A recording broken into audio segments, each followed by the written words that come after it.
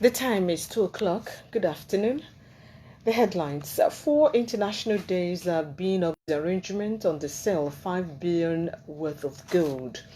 Plus, Governor Uzodinma calls on investors in the gas sector to invest in the state. Today's news talks are on 1. The hosting of Diocese of Oru Synod by St. Thomas Anglican Church, Omuma. The second one is on the life and times of Honorable Chief Benson, Udenaka. And the third one is, do neighbors, what do they do for a living? Report any suspicious movements in your neighborhood to security agencies. Hello, good afternoon, and welcome to the news with Joyce Unebu. First news from abroad. Global Hand Washing Day is an annual global advocacy day dedicated to advocating a way to prevent diseases and save lives. Global Hand Washing Day was founded by the Global Hand Washing Partnership to test and replicate creative ways to encourage people to wash their hands with soap at critical times. Global Hand Washing Day was 15. The first Global Hand Washing Day was held in 2008 when over 120 million children around the world washed their hands with soap in more than 70 countries. Since then, Global Hand Washing Day has been endorsed by government, companies, individuals, and more.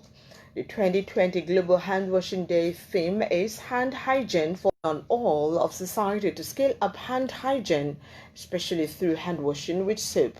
This year's theme reminds us that we must work towards universal access and practice of hand washing with soap for now and for a healthy future, so as to fight the dreaded coronavirus. In your role, you can celebrate Global Hand Washing Day. Today, 15th October, is being observed as International Day of Rural Women. It is a day set aside by the United Nations to create awareness of rural women's participation in the development process with a focus on their needs and household food security, safeguarding traditional knowledge, biodiversity and peace building, and so much more. The COVID-19. World White Cane Day is celebrated on 15th of October. White cane for the blind people is an essential tool that gives them the ability to achieve a full and independent life. With the help of white cane, they can move freely and safely from one place to another. White Cane Safety Day celebrates the achievements of for such people as well as a symbol of their independence. Canes have been used by blind people for centuries. Canes were painted white to be more easily visible. In the United States, white canes were illegal. There are different types of the white cane, such as long cane, also known as Hoover cane, guide cane, identification cane, symbol cane, support cane, and kiddie cane. Not all of them are used as a mobility device. For visual impairment, but is of no help as a mobility tool.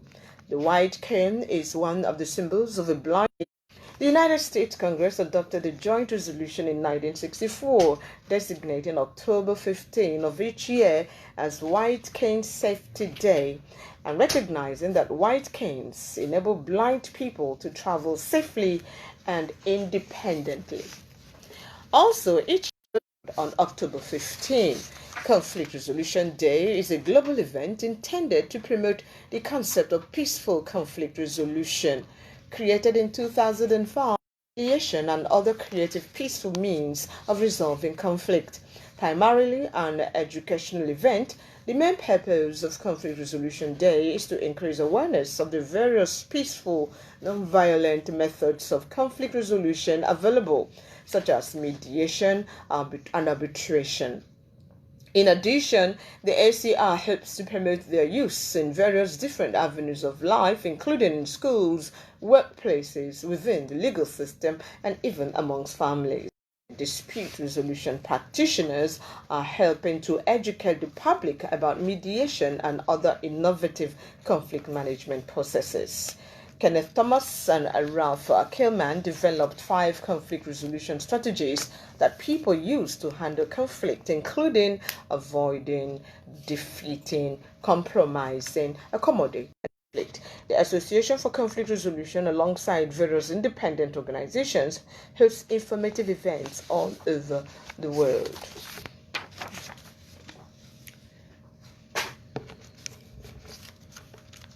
Unanimously passed a vote of confidence on the governor of the state, Senator Hope Uzodinma. The report is taken from our studio. Commending the governor, thank you. I'm still towards the children worthy to serve as IMC chairman, adding that Okibo's sons and daughters are happy about it. They noted that the IMC chairman has always ensured the equitable distribution of funds enrollment and palliatives sent to the council by the governor. The stakeholder chairman thanked Governor Hope Uzodinma for providing free fertilizers to the people. Could you raise that so we can hear?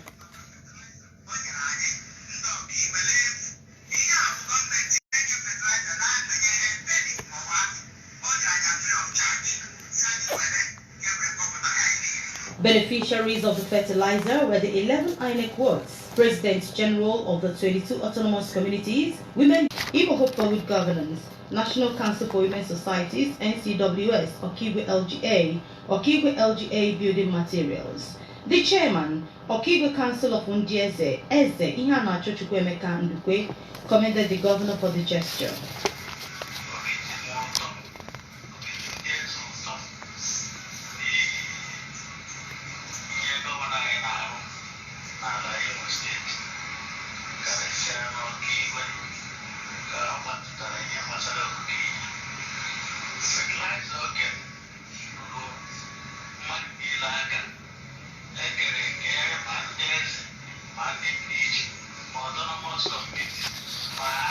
Bishop of Okigwe Diocese, Right Reverend E.C.D. Osebu, represented by Reverend Canon Godson Wachuku, thanks Governor Uzodinma for assisting farmers. How many minutes? Most Reverend John Kokobasi, Archbishop of Okigwe Diocese, Methodist Church Nigeria, represented by his chaplain, Reverend A.B. Chinazebere, Mrs. Dabri Augusta, representing cooperatives, were also present on the occasion. Back to the news now. U.S. Democratic presidential candidate Mr. Joe Biden has criticized Donald Trump's handling of COVID-19 while courting elderly voters in the key battleground state of Florida. He told them that the president saw seniors who have been more at risk in the pandemic as expendable. There are sharp policy differences between the two candidates on COVID-19. In Pennsylvania, President Trump told thousands of supporters he felt like Superman after his COVID treatment.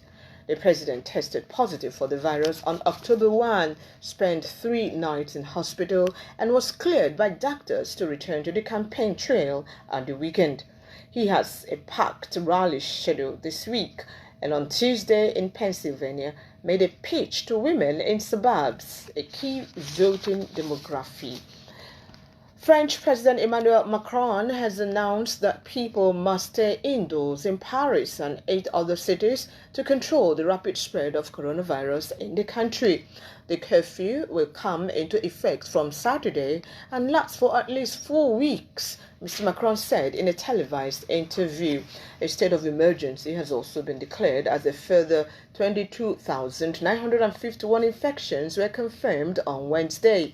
Across Europe, governments are introducing new restrictions to battle a second wave of infections, which will see a partial lockdown come into force in the Netherlands, with cafes and restaurants closing, while earlier on Wednesday, Spain's northeastern region of Catalonia said that bars and restaurants would close for 15 days from today. The Czech Republic has shut schools and bars. It has the highest rate of infection in Europe over the past 2 weeks at 581.3 cases per 100,000 people. Across Europe, infection rates are rising, with Russia reporting a record 14,321 daily cases on Wednesday and a further 239 deaths. And now we bring you the first news talk, which is on the hosting of Diocese of Oru Synod by St. Thomas Anglican Church, Omuma. The ancient city of Omuma in the Oru East local government area is set to host the third session of the fourth synod of the Diocese of Oru Anglican Communion. The synod, which we held between Friday 16th and Sunday 18th of October 2020, will be presided over by His Lordship, the Bishop of Oru Diocese, the Right Reverend Jeffrey Nwokedironha Chukwunenye, PhD.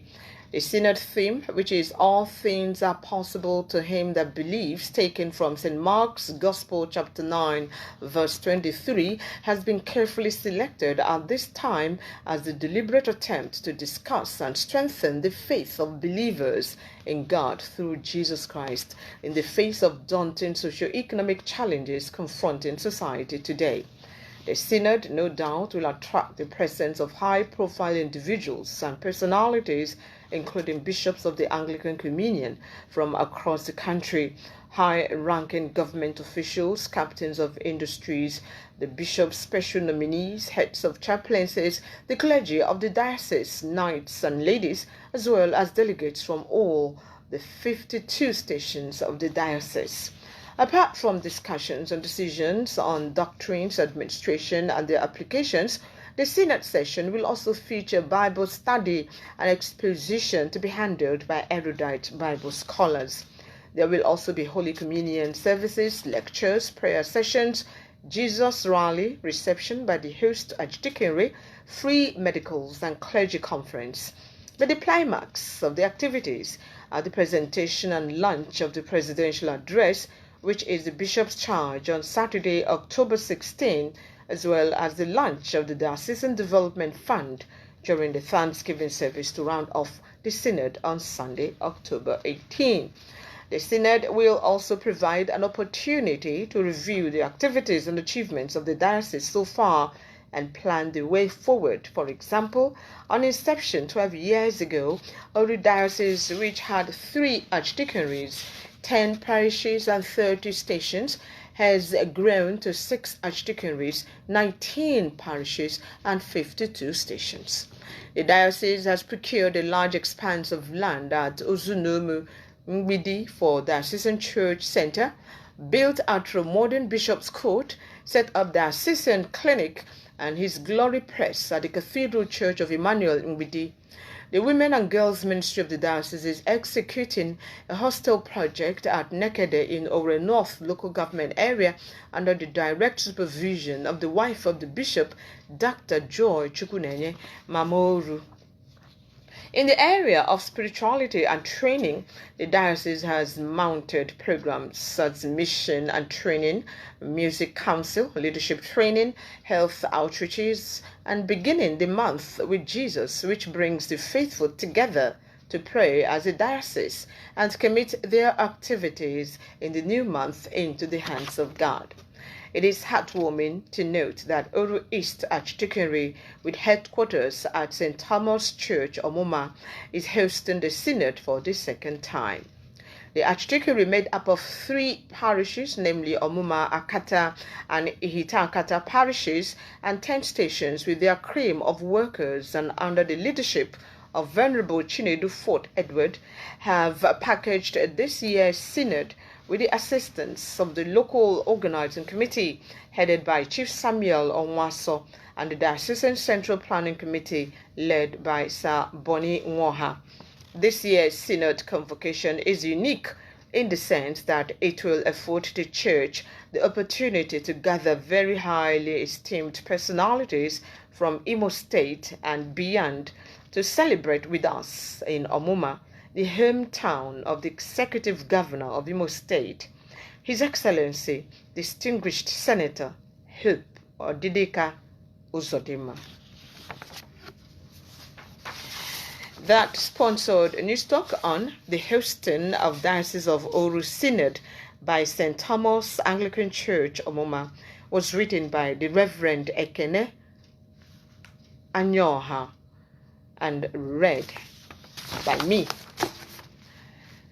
Coronavirus or COVID-19 is a global calamity that has killed many.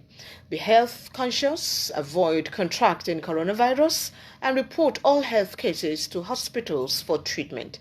Always wash your hands under running water and make use of alcohol-based sanitizers. Avoid crowded places and ensure social distancing. This is your time to know.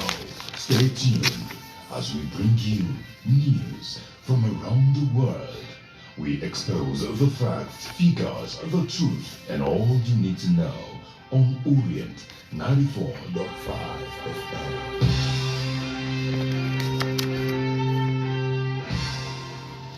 Welcome back to the news. Now we bring you news from across the country.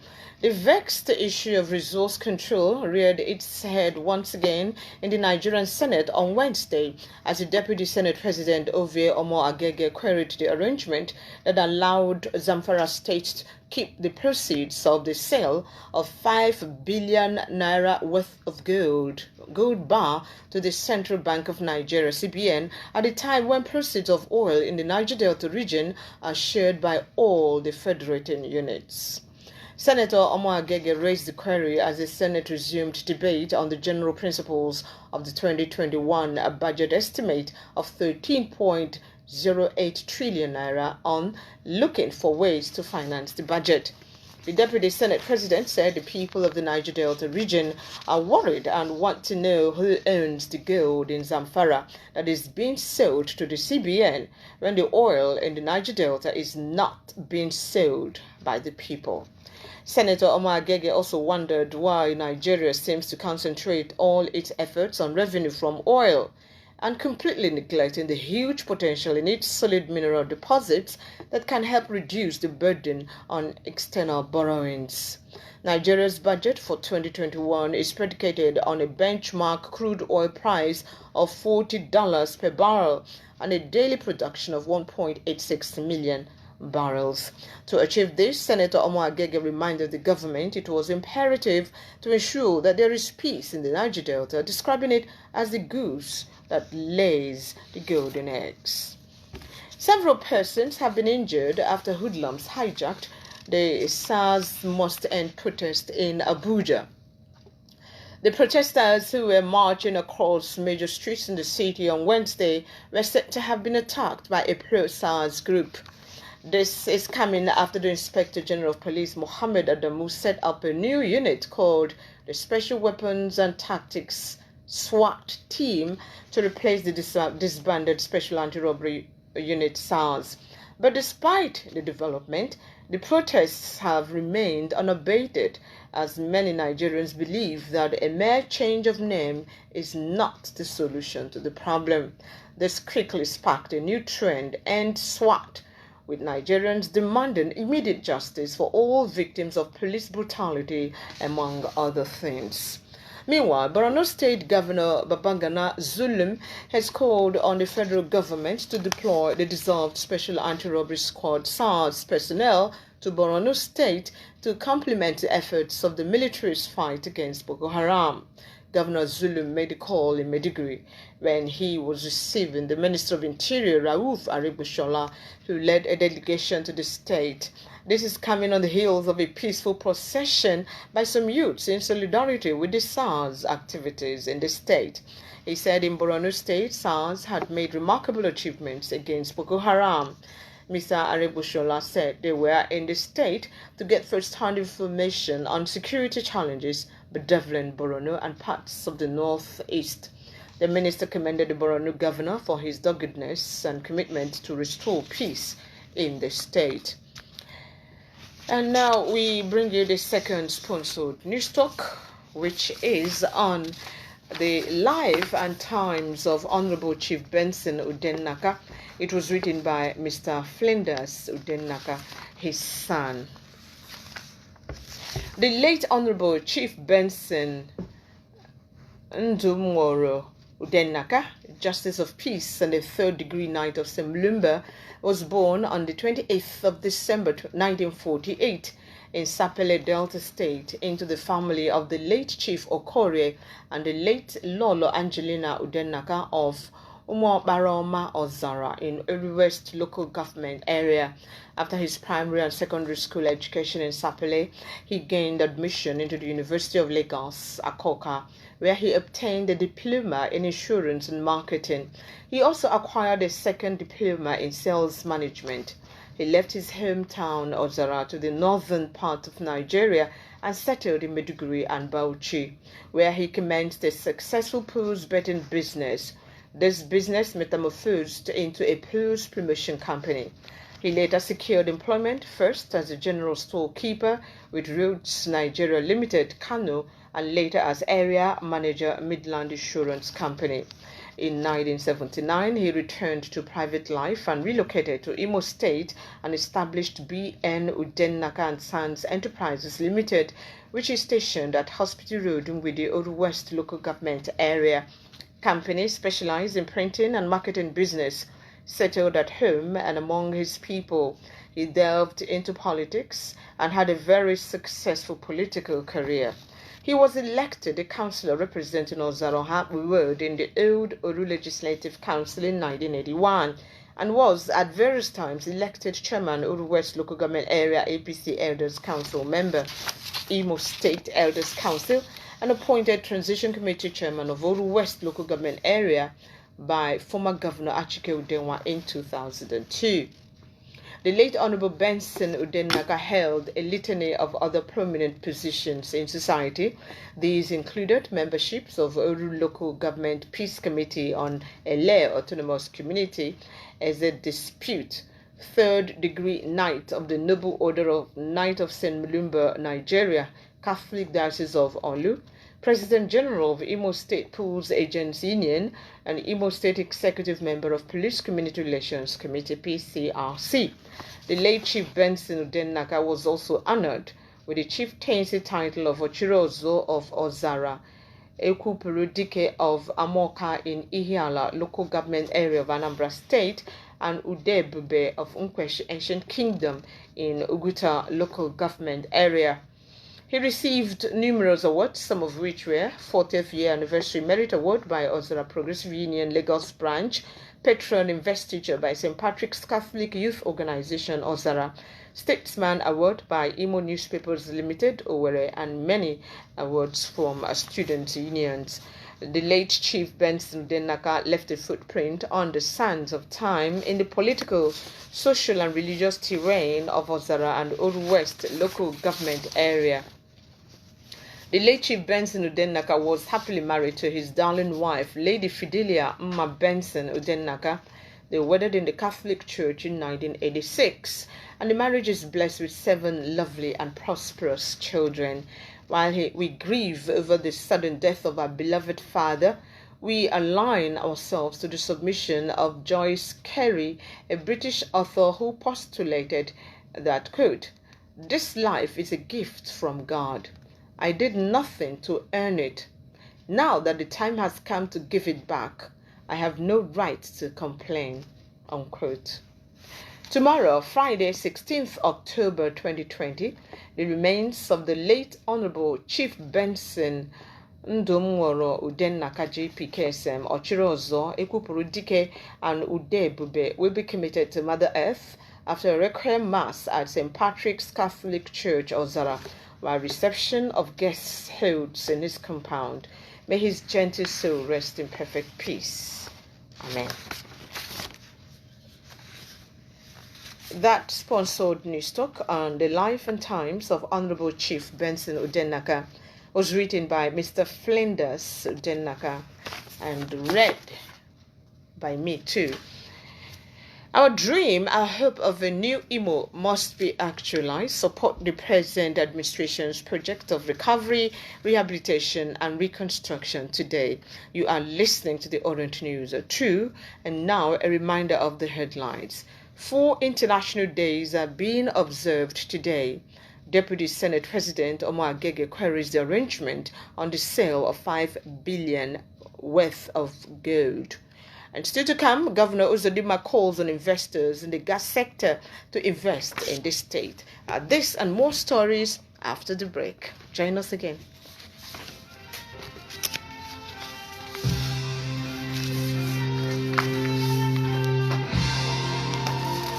This is your time to know.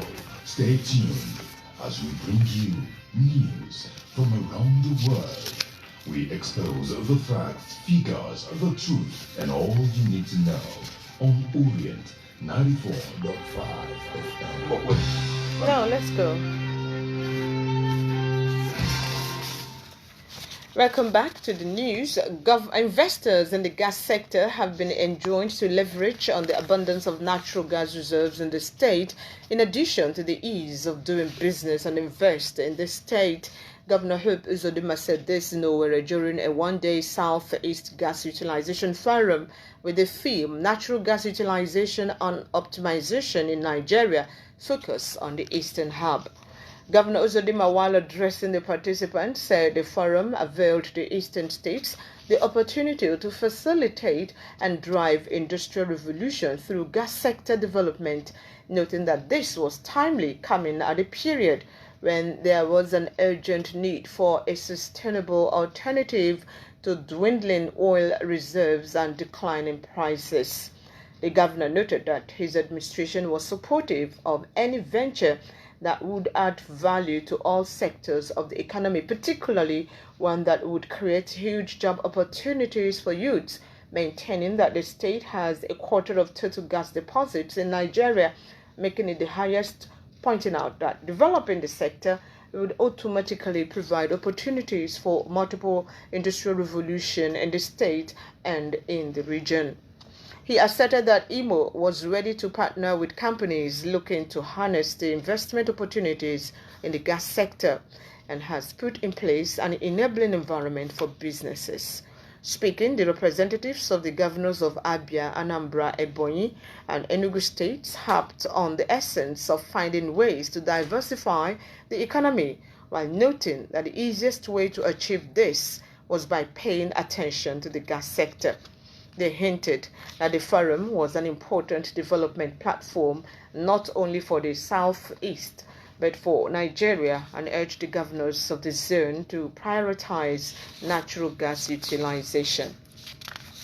The member representing Ideato North constituency in the State House of Assembly and Chief Whip, Barrister Arthur Iguim, wants students and management of Imo State University College of Medicine to be patient with the state government as the House of Assembly Committee on Public Petitions will do justice to their petition on challenges of medical training in the college.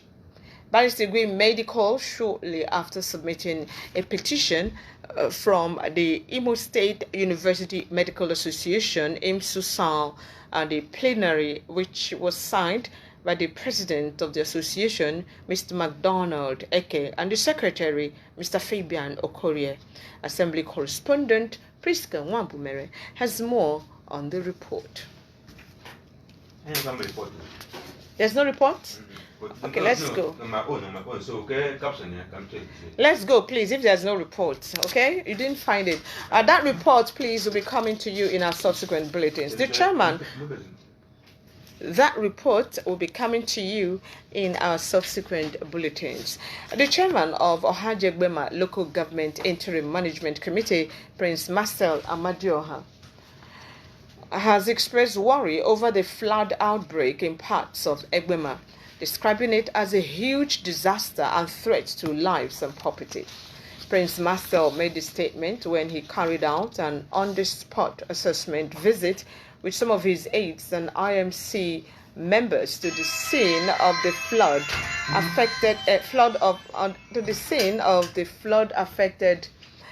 areas in Abacheke, Obiakpu, Maho, Ojiji, and Opoma, Egbema. Other areas affected were Etekuru, Umudike, and Abaze.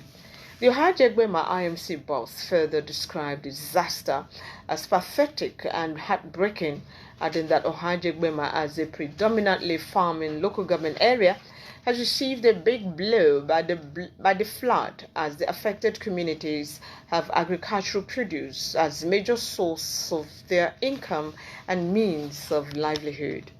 The Interim Management Committee chairman sympathized with the victims of the flood and assured them of the readiness of the shared prosperity government of Senator Hope Uzodinma to provide succor and relief to them. He further promised to liaise with federal and state governments, interventionist agencies, including the NDDC and ISAPADEC, to urgently cushion the hardship and hunger caused in the area as a result of the flood. Meanwhile, the chairman has directed the immediate deployment of the mobile clinic initiative of the state government to the affected communities in order to curtail the spread of diseases and ensure healthy living for the people of the area. Some football-loving Nigerians have described the CSKA Moscow and Russia Chidera Ejuke as the men of the match in the Super Eagles' second international friendly match against Tunisia, which ended in a 1-1 draw in Austria on Tuesday. Super Eagles technical advisor Gennett Raw handed Ejuke and Genk FC forward Dessers Cyril their first international debuts in the encounter. Leicester City striker Kelechi Iheanacho opened scoring for Nigeria in the 21st minute, but later lost a penalty which would have increased the tally when Tunisia's goalkeeper Ben Mustafa brought down Ahmed Musa inside the penalty box. Tunisia, however, got the equalizer 2 minutes to the end of the first half through Mohamed Draga. The friendly matches were arranged for the Super Eagles ahead of the 2022 Nations Cup qualifying match against Sierra Leone next month. Sports correspondent John Wogo reports that other international friendly matches were also played on Tuesday. Japan pipped Cote d'Ivoire 1-0, while Morocco and Democratic Republic of Congo settled for a 1-1 draw. Algeria also forced Mexico to a 2-2 draw. Meanwhile, the Minister of Youth and Sports Development, Mr. Sunday Dare, has appealed to deserving awardees who may not have been voted for the first edition of Sports Icons and Personalities that have won laurels for the country in the past 60 years to be patient, assuring that they committed 60 runs for the 60 awardees. He said the event is being packaged by his ministry to reward excellence and hard work, adding that the number was restricted to 60 to commemorate Diamond Jubilee of the country's in. The launch of today, the 15th of October 2020, Owerri, Imo State's capital city, will play host to a multitude of stakeholders from diverse walks of life drawn from all over the state and across the nation as the State Ministry of Justice holds the groundbreaking launch of the Justice Transformation Strategy, with a body focused on promoting user-friendly justice that is evidence-based and people-centered. This event, which is aptly described as the Justice Transformation Lab, approached the State Attorney General and Commissioner for Justice, Barrister COC Akolisa, about the Justice Transformation Lab coming to Imo State. He jumped at the clear. It is a clear fact that prosperity is not limited to few of Governor Hope Uzodinma, amongst other painstaking efforts to give Imo people a better life. Is committed its part. The Imo State Ministry of Justice has taken a good analysis of the needs of our society and acknowledges that justice needs to be recognized, treated, and applied as the essential human commodity that it is. The Hill Justice Transformation Lab was designed to bring stakeholder justice accessible to all according to the United Nations SDG 16.3.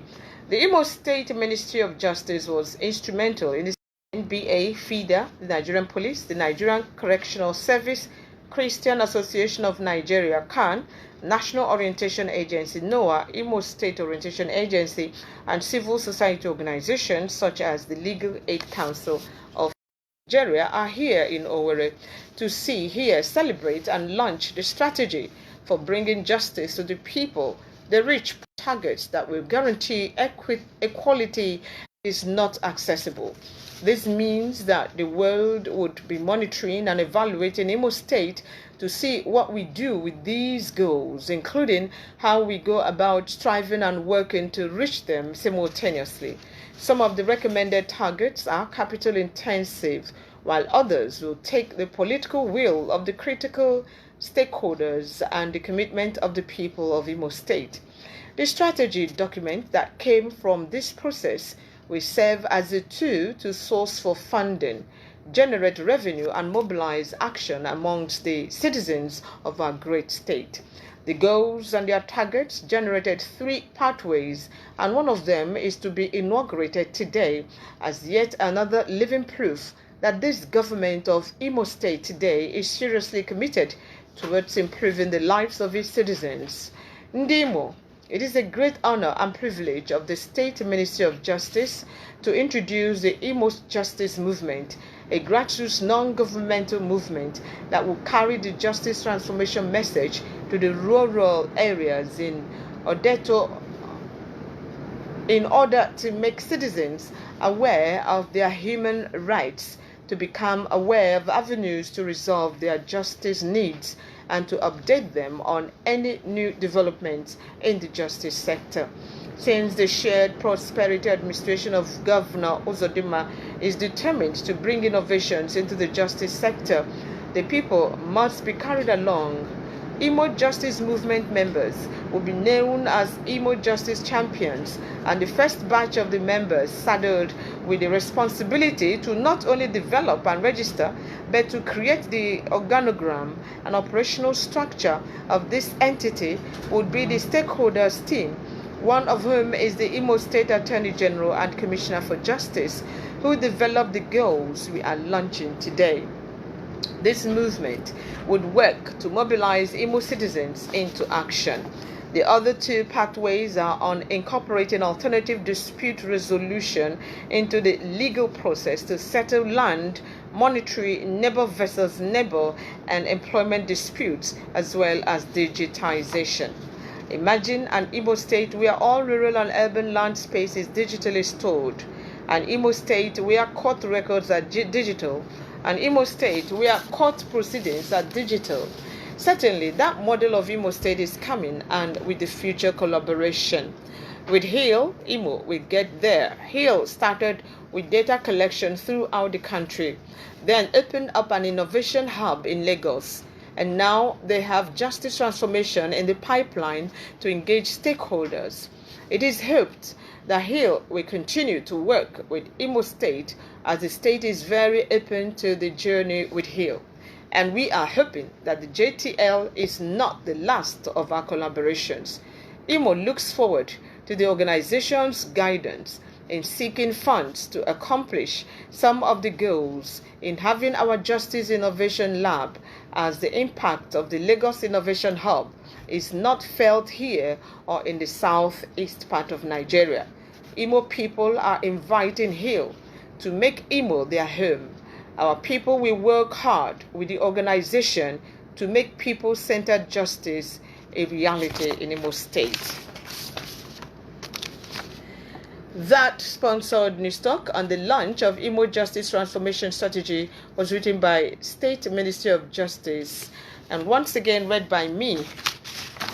And we shall go back to the report on the report from the House of Assembly, please. The member representing Idato North constituency in the State House of Assembly and Chief Whip Barrister Arthur Igwim wants students and management of Imo State University College of Medicine to be patient with the state government as the House of Assembly Committee on Public Petitions will do justice to their petition on challenges of medical training in the college.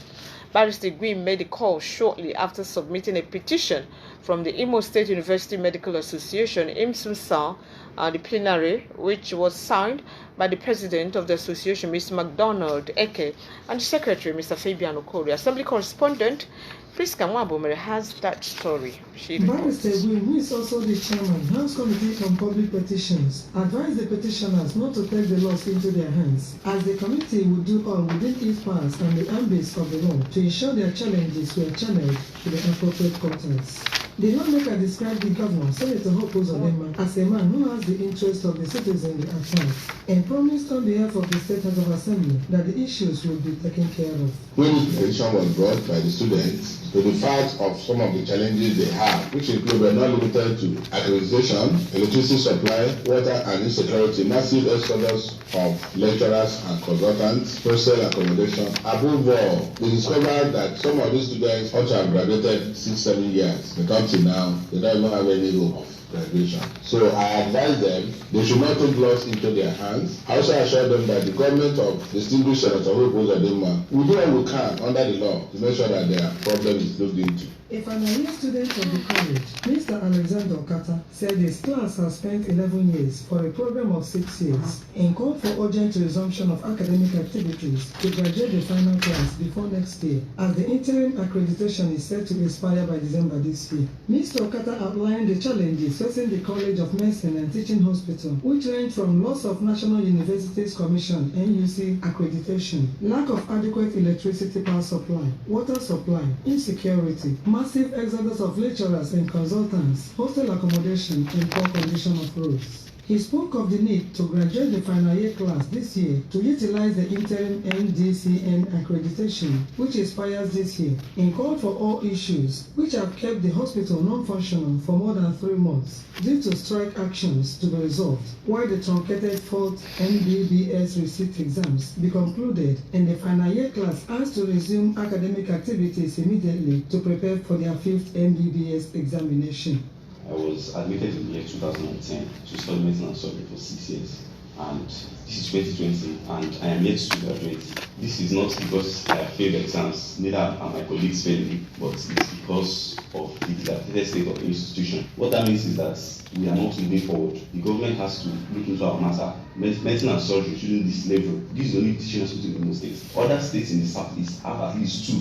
Another final year medical student, Chidera Kago, appealed to the state government to intervene in the matter to save the students and their parents and guardians from depression and other psychological issues. We are about losing our MCN accreditation. Our quota is 50 and we plead for increase so that we could increase the number of students that would graduate from our institution. Our hospital is bad, the roads are bad, our lecturers are not being paid, and the students are getting depressed. So we're pleading with our governor, who is like a father to us. He should please come to our rescue. The petition was earlier referred to the House Committee on Public Petitions for further legislative actions. Priska Mwabomere for Orient News.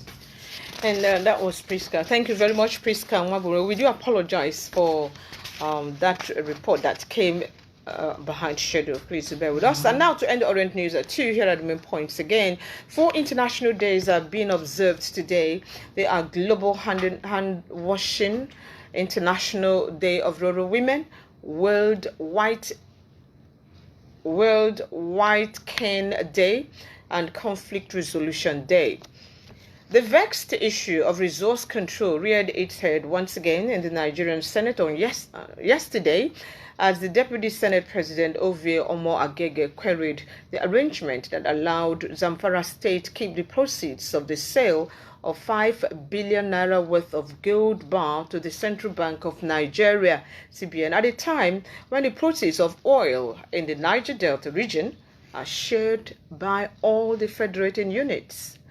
Investors in the gas sector have been enjoying to leverage on the abundance of natural gas reserves in the state, in addition to the ease of doing business and invest in the state. And that's the news. Remember, more news will be coming your way later today at 6 p.m. And also we have programs on our TV channel 59 or on Star Times channel 113. You can also listen to us online through our live stream link, ibc.ng/OrientFM. Thanks a lot for listening to the Orient News at 2. On behalf of the news editor, Juliet Ekweme, and the production crew, this is Joyce Onebu. Goodbye.